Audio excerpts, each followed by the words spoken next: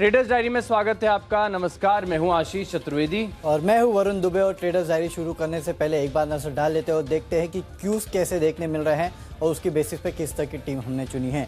तो आशीष, आज तो एक साफ समझ में आ रहा है जिस तरह से क्यूज देखने मिल रहा है कि आज एक बाउंस बैक का दिन है। बिल्कुल। एसजीएक्स निफ्टी आपको दिखा रहा है कि 100 पॉइंट से ज़्यादा की आपको तेजी देखने मिलेगी। तो जो गिरावट आई थी पिछले कुछ दिनों में, उससे कहीं ना कहीं हल्की फुल्की रिकवरी होगी और इसके लिए 14,300 के ऊपर ट्रेड करा। इनफैक्ट 14,400 की तरफ जाते हुए दिखाई दे रहा है एसजीएक्स निफ्टी। तो एक तो संकेत साफ है एसजीएक्स निफ्टी से कि आज आपको एक बाउंस बैक देखने मिलेगा। कल यूएस के मार्केट्स बंद थे तो उसका तो ज़्यादा मेरे ख्याल से कोई इंपैक्ट नहीं है, लेकिन यूरोप के मार्केट अगर आप देखेंगे, डाउ फ्यूचर्स को देख लीजिए सबसे पहले। तो डाउ फ्यूचर्स भी हरे निशान में कारोबार कर रहा है और अच्छा खासा बाउंस बैक यहाँ भी है। नैस्डैक फ्यूचर भी 80 पॉइंट के आसपास की तेजी दिखा रहा है। और यूरोप के मार्केट की जो मैं बात कर रहा था कल, थोड़े मिक्स क्यूज थे, लेकिन वहाँ भी कोई ऐसा प्रेशर नहीं देखने मिल रहा था। तो ये एक अच्छी बात थी, वहाँ से भी क्यूज अच्छे हैं और सुबह सुबह एशियन मार्केट्स भी अच्छे खासे क्यूज दिखा रहे हैं। तो कहीं कोई दिक्कत नहीं है, कोई प्रॉब्लम नहीं है। ये साफ समझ में आ रहा है कि आज आपको एक बाउंस बैक देखने मिलेगा और इसके लिए मैंने तो सारे के सारे खरीदारी वाले स्टॉक लिए। आशीष, आपने क्या किया? देखो, मेरी सूची में तो है ना बिकवाली वाले स्टॉक हैं, क्योंकि कल जब मैं बाजार को देख रहा था दिन के दौरान, ढेर सारे स्टॉक्स वरुण, एक नहीं दो नहीं, काफी सारे स्टॉक्स ऐसे थे जिन्होंने अपनी 50 डे मूविंग एवरेज को तोड़ा है। कहीं ना कहीं अगर आप देखें ना तो वहां पर एक प्रेशर नजर आ रही है। लेकिन एक और चीज आपको देखनी होगी, कल कैश के स्टॉक्स में ऐसा क्या हो गया? कैश के स्टॉक्स में आप देखिए क्या जोरदार पिटाई हुई है। लगभग जहां भी आप देखें 3% तो एकदम बेयर मिनिमम गिरावट थी, 4%, 5%। कितने स्टॉक्स ऐसे थे जहां पर काफी बढ़िया ब्रेकडाउन देखने को मिले। तो मुझे लग रहा है कि कहीं ना कहीं अब जो है ना, या तो कंसोलिडेशन होगा या सुस्ती देखने को मिलेगी। मुझे ट्रेंड समझ में नहीं आ रहा है फिलहाल। डेफिनेटली तो ट्रेंड समझ में नहीं आ रहा है, लेकिन अर्ली इंडिकेशन जो है वो तो आपको ये बता रहे कि आप गैप अप जरूर खुलने वाले हो। उसके बाद देखना होगा कि फॉलो अप बाइंग आती है कि वहीं से फिसल जाते हैं। अच्छा, एक और बात वरुण, अगर आप कल के सत्र में देखें तो जो एफआईआईज की लॉन्ग पोजीशन है ना, वो अनचेंज्ड है। कल की गिरावट के बाद भी अगर आप देखें तो 67% पर इनकी जो लॉन्ग पोजीशन देखने को मिली।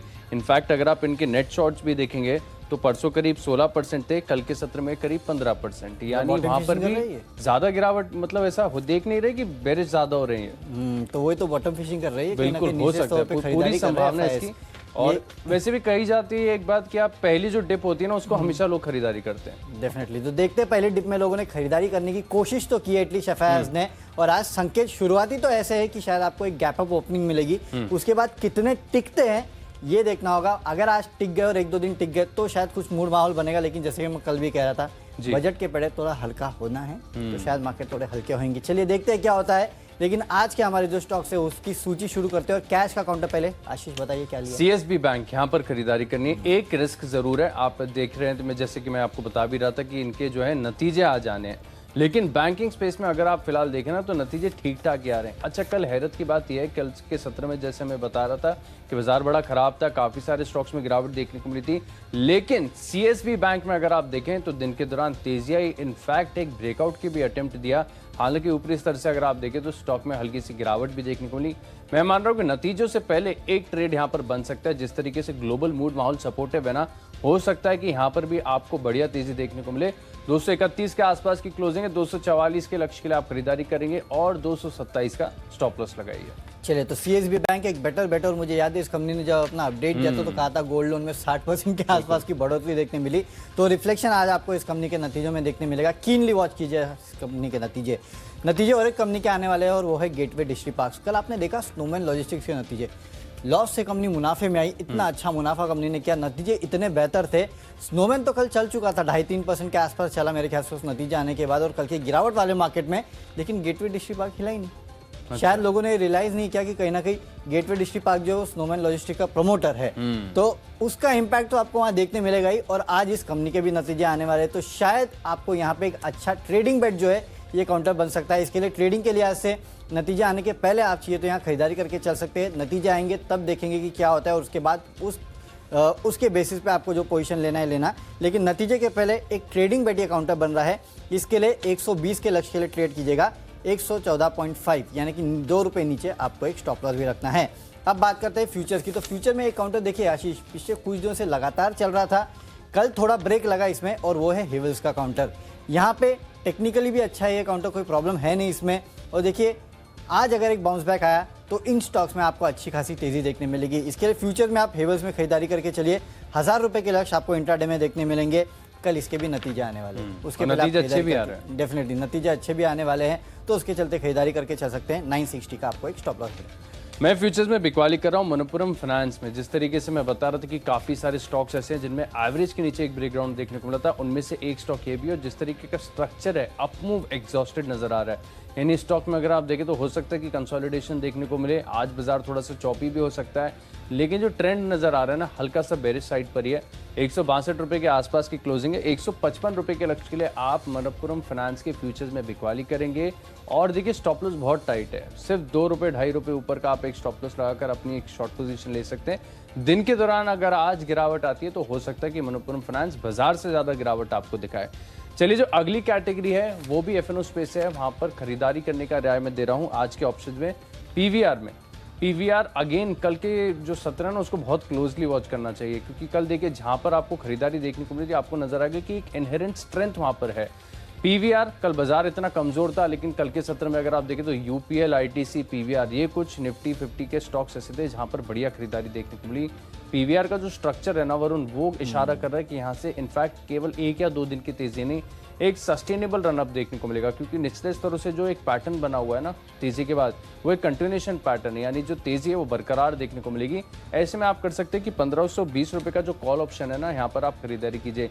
लेकिन एक दिक्कत यहाँ पर आ रही है कि जिस तरीके से कल के सत्र में हम देख रहे थे कि वॉलेटिलिटी बढ़ रही थी, तो आईवीज जो है ना ऑप्शंस की, वो काफी ज्यादा बढ़ गई है। यानी अगर आप आईवीज आप खरीद रहे महंगी और बाद में मालूम पड़ा कि अगर आपका स्टॉक बढ़ता है लेकिन आईवीज गिर जाती हैं तो भी आप नुकसान करेंगे। तो ऐसे में सेफ बेट क्या होगा, आप इनके ऊपर की एक जो कॉल है जहां पर आपको नजर आ रहा है कि इसके पार नहीं जाएगा, उसमें बिकवाली कर सकते हैं।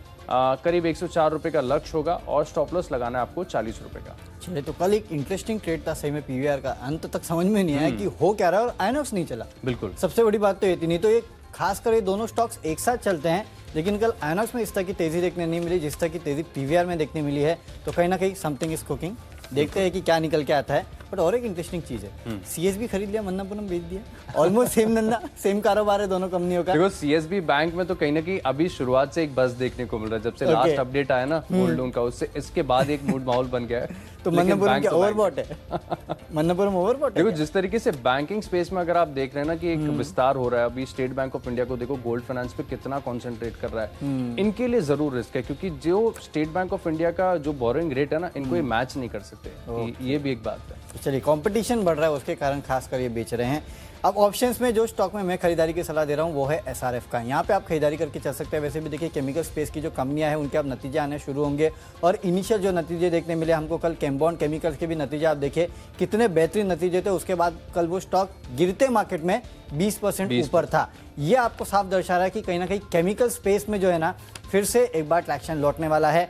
एसआरएफ यहाँ पे आप खरीदारी करके चले, लेकिन ऑप्शन के जरिए आप यहाँ खरीदारी करके चल सकते हैं। 5750 का जो कॉल ऑप्शन है वहाँ खरीदारी करके चलेगा। 266 के आपको लक्ष्य देखने मिलेंगे।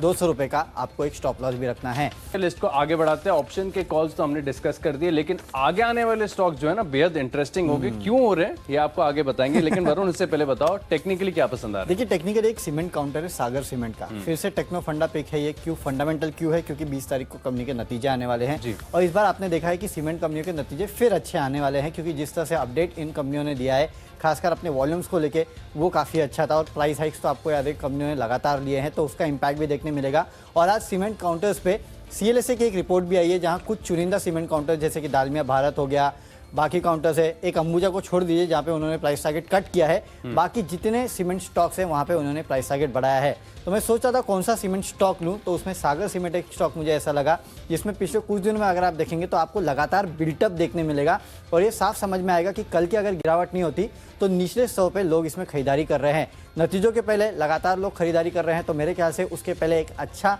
आपको ट्रेडिंग बेट भी ये बन जाता है। फंडामेंटल अच्छी स्टोरी है, कोई प्रॉब्लम नहीं है। सीमेंट स्टॉक्स जो है वो वैसे भी फ्लेवर में रहने वाले हैं, ये कंपनी के नतीजे भी आने वाले हैं, तो उसके पहले खरीदारी करके चलेगा। 733 के लक्ष्य के लिए 700 का स्टॉप लॉस रखना है।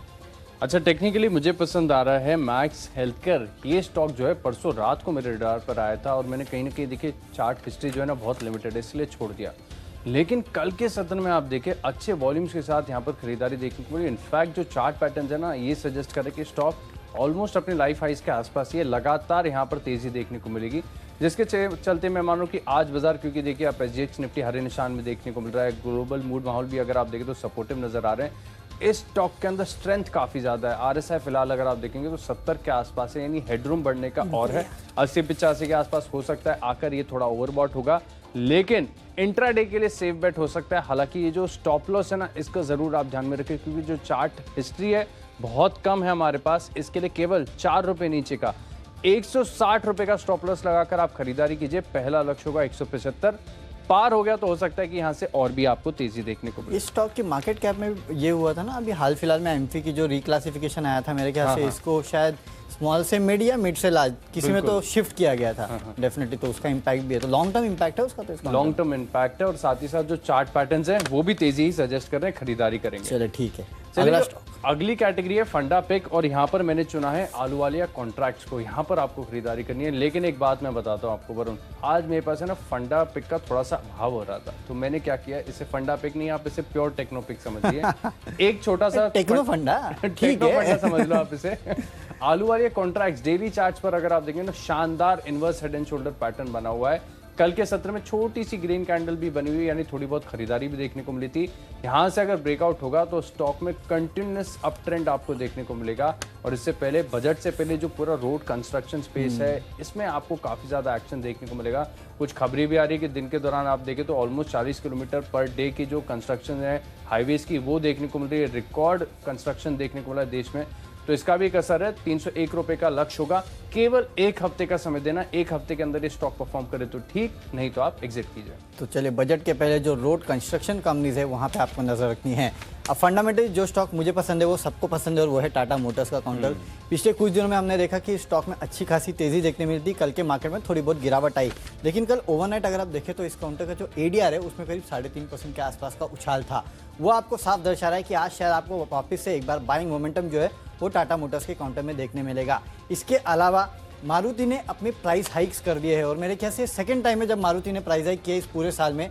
इस साल की शुरुआत में भी शायद किया गया था प्राइस हाइक, उसके बाद ये अब 18 जनवरी को, यानी कि कल से प्राइस हाइक दूसरा जो है वो लागू हो गया है। ये एक साफ संकेत दे रहा है कि लीडर ने अगर प्राइस हाइक किए हैं तो बाकी कंपनीज भी बहुत जल्दी फॉलो करेगी, और इसी के चलते पूरा जो ऑटो स्पेस है उसमें आज आपको भरपूर हरकत देखने मिल सकती है, भरपूर तेजी देखने मिल सकती है। इसके लिए भी टाटा मोटर्स में आपको खरीदारी करके चलना है। 250 के लेवल आपको ये स्टॉक वापस से दिखा सकता है। अब चलते हैं हमारी अगली कैटेगरी, जो कि है निवेश की कैटेगरी।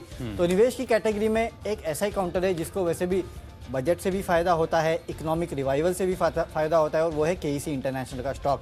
यहाँ पे खरीदारी करके चलिए, अगले 6 महीने में 450 के आसपास के लेवल ये काउंटर आपको दिखा सकता है। देखिए, काफ़ी सारे ऑर्डर्स जो है इस कंपनी को लगातार मिल रहे हैं, और काफ़ी लोग ये मान के चल रहे हैं कि शायद FY20 में ये पिछले साल की जो ऑर्डर बुक है उसको सरपास कर जाएगा। करीब 10-11% के आसपास की आपको बढ़ोतरी देखने मिलेगी। काफ़ी सारे ऑर्डर्स ऐसे हैं 19-20 हज़ार करोड़ के, जिसमें ऑलरेडी L1 बिडर है, और इस कंपनी की ऑर्डर बुक वैसे भी काफ़ी हेल्दी है। सिविल और खासकर रेलवे से इस कंपनी को काफ़ी सारे ऑर्डर्स मिलने का अनुमान लगाया जा रहा है। तो ओवरऑल स्पेस अगर आपने देखा होगा कुछ दिनों पहले L&T को किस तरह से लगातार ऑर्डर्स मिलते जा रहे हैं। भेल फिर से एक बार फोकस में आ गया है। थर्मैक्स तो आपको हमेशा से पसंद ही था। सीमेंस हो, ABB हो, ये जितने इकोनॉमी रिलेटेड स्टॉक्स है ना, इनमें कहीं ना कहीं हम देख रहे हैं कि ऑर्डर इनफ्लोज अच्छे आ रहे हैं, नतीजे अच्छे आ रहे हैं, और लोग इनकी तरफ लगातार अट्रैक्ट होते जा रहे हैं। KEC इंटरनेशनल भी उसी लीग का एक स्टॉक है। हालांकि मिड कैप स्टॉक है, इसके लिए शायद लोगों के रडार पे ज़्यादा नहीं आता, लेकिन इस काउंटर को आप नज़र पे रखिए। कंपनी का कारोबार काफ़ी बेहतर है। अगले 6 महीने में 450 के आसपास के लेवल ये स्टॉक आपको दिखा सकता है। निवेश की लिहाज से मुझे पसंद आ रहा है सीक्वेंट साइंटिफिक। यहाँ पर आपको खरीदारी करनी है। खरीदारी करने का तर्क देखिए, डेली चार्ट्स को, वीकली चार्ट्स को एक बार जरूर खोल के देखिए। चार्ट में आपको नजर आएगा लंबी अवधि का एक बढ़िया सा राउंडिंग बॉटम है, यानी जो पूरे पैटर्न के हाइट है ना, इतनी तेजी आपको देखने को मिलेगी। मैं मान रहा हूँ स्टॉक आगे आने वाले समय में कमाल कर सकते हैं, क्योंकि काफ़ी सारे स्टॉक ऐसे थे जहाँ पर हमने देखा कि एक राउंडिंग बॉटम बना, उसके बाद ब्रेकआउट हुआ। सबसे पहला नाम है, अगर आपको बताऊँ तो आप देखें SBI कार्ड्स को देख लीजिए। लिस्टिंग हुई थी, लिस्टिंग के बाद स्टॉक्स में गिरावट हुई, उसके बाद फिर वही लेवल पर आ गया, यानी पूरा एक राउंडिंग बॉटम हो गया। डिक्सन टेक को देख लीजिए, लिस्टिंग काफ़ी ऊपरी स्तर पर हुई थी, उसके बाद स्टॉक में लगातार गिरावट हुई, लेकिन निश्चित स्तर पर इतना बढ़िया एक्यूमुलेशन देखने को मिला, और वहाँ से देखिए कि स्टॉक कहाँ से कहाँ हो गया। सीक्वेंट साइंटिफिक, पहली बात तो ये कंपनी का कारोबार जो है ना बहुत आकर्षक है, बहुत नीश है। लिस्टेड स्पेस में इतनी सारी कंपनियां हैं नहीं, तो बाजार तो मल्टीपल जरूर देगा। टेक्निकल पैटर्न शानदार है। मैं मान रहा हूँ कि यहाँ पर तो आप स्टॉक एसआईपी कर सकते हैं, हर महीने स्टॉक को आप अक्यूमुलेट कर सकते हैं और 2 साल का समय देंगे, शानदार रिटर्न देखने को मिलेंगे। मेरा पहला लक्ष्य होगा 328, पार हो गया तो और भी तेजी स्टॉक में आपको देखने को मिलेगी। लिस्ट को आगे बढ़ाते हैं, अगली कैटेगरी है खबरों के दम पर, और यहाँ पर मैंने चुना है अपोलो हॉस्पिटल को। दरअसल अगर आप देखें तो चार्ट पैटर्न स्ट्रक्चर टेक्निकली अगर आप देखें तो बहुत बढ़िया अच्छी तेजी यहाँ पर देखने को इससे पहले भी मिली है, लेकिन अब जो QIP की खबरें आ रही हैं और इनफैक्ट ये भी खबरें हैं कि इसका रिस्पॉन्स काफ़ी बढ़िया देखने को मिलेगा, तो मैं मान रहा हूँ कि इंट्राडे बेसिस पर भी आप इस स्टॉक में खरीदारी करके चल सकते हैं। 2715 रुपये का लक्ष्य होगा, स्टॉप लॉस जरूर ध्यान में रखिए 2590 रुपये का। चलिए, आज खबरों को दम पे जो स्टॉक मैंने चुना है वो खबर आज की सबसे बड़ी खबर है, और ये है कि मारुति ने अपने प्रोडक्ट्स के दाम जो है उनको बढ़ा दिया है। 18 तारीख से करीब 34,000 के आसपास बढ़ाया, राइट। तो और जनवरी में लगातार दूसरे बार जब प्राइस हाइक किया गया है, नो डाउट सब मान रहे थे कि प्राइस हाइक होगा। जिस तरह से रॉ मटेरियल की कीमतें, खासकर स्टील की कीमतें, एल्यूमिनियम की कीमतें लगातार बढ़ रही थी, तो माना जा रहा था कि प्राइस हाइक होंगी, लेकिन इतने कम अंतराल में प्राइस हाइक होंगी ये किसी ने शायद नहीं सोचा था। तो इसके लिए एक सरप्राइज मूव है मारुति की तरफ से, और इसी के चलते पूरा ऑटो स्पेस जो है वहाँ आपको हरकत देखने मिलेगी। इनफैक्ट मॉर्गन स्टैनली ने तो अपना प्राइस टारगेट बढ़ा के 8080 का भी कर दिया है। तो मेरे ख्याल से उसी लेवल के आसपास आज आपको ये स्टॉक जाते हुए दिखाई देगा। 8000 के लेवल के लिए आपको आज यहाँ खरीदारी करके चलना चाहिए। चलिए चलते हमारी आखिरी कैटेगरी जो कि है माई चॉइस की कैटेगरी में, और यहाँ तीनों के तीनों मैंने खरीदारी के स्टॉक दिए हैं।